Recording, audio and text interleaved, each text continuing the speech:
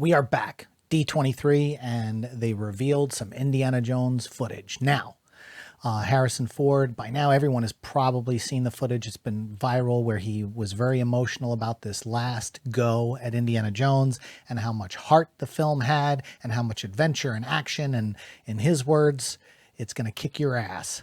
That's exciting.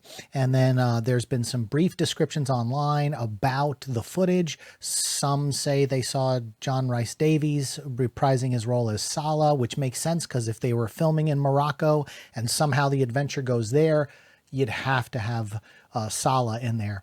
The other thing is they have the de-aged Harrison Ford. And a lot of people are speculating that there's time travel in this. I do not believe that's the case.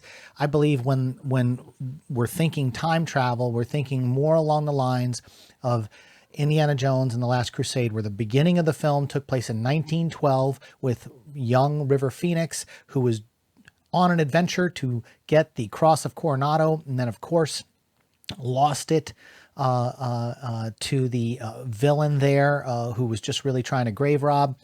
And then it flashed forward to when he was older and he was able to capture the Cross of Coronado. So my thinking is the flashback sequence, the Nazi train, all that kind of stuff is going to be a young Harrison Ford, digitally de-aged, for the beginning of the film. And that'll set up what the MacGuffin is. And then it'll flash forward to him at his age, older in the film, and it'll pick up from there. Because at that time in the 60s, there were still former Nazis all over, and there were trials going on, and they are still finding Nazi people to this day and prosecuting them. So it's not out of the realm of possibility that Mads Mikkelsen character is a Nazi from that era that is still on the hunt for this MacGuffin. And in the behind-the-scenes photos, they show a character that has something in his hand and dots on Harrison Ford, so that should be the opening sequence of the film. Whatever that is key to the rest of the movie. And of course, there have been a lot of speculations about Atlantis because some of the images of Antonio Banderas and stuff like that have to do with look like screen grabs from the old game in the 90s that came out by LucasArts. So really exciting stuff.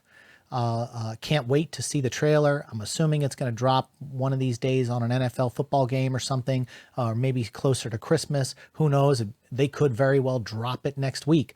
I don't know, but I'm excited to see it. I do not believe this is going to be a passing of the torch film to Phoebe Waller-Bridge. I believe she's just along in the adventure. And I think they will close out this and actually end the Indiana Jones franchise. And I do not believe they will reboot it 10 years from now, 20 years from now. I don't think it's going to happen.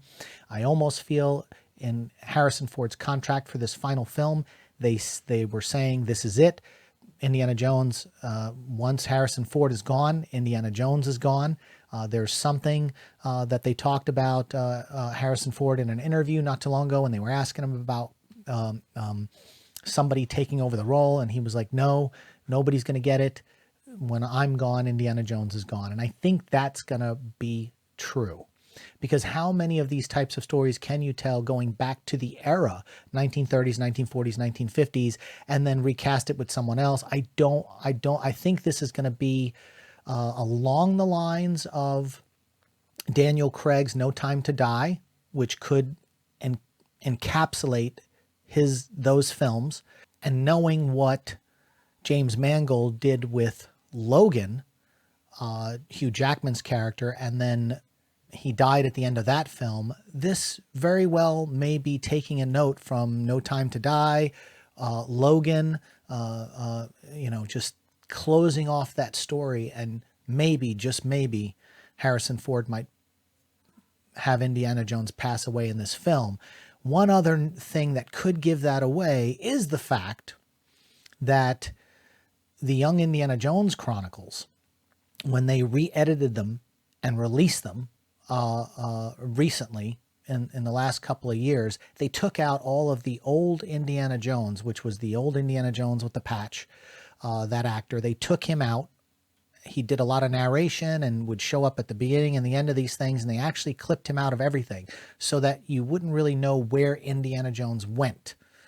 So now, if those are considered canon, the Young Indiana Jones Chronicles, we can assume that if they took the Indiana Jones out of there, that was to give them the freedom to do what they wanted with this last film. So we very well could see Indiana Jones pass away in this.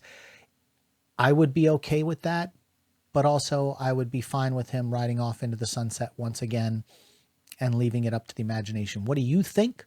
Are you excited about the footage that's going to be coming out in a trailer soon? If you saw it at D23, let's talk about it in the comment section, and we'll see you on the next one.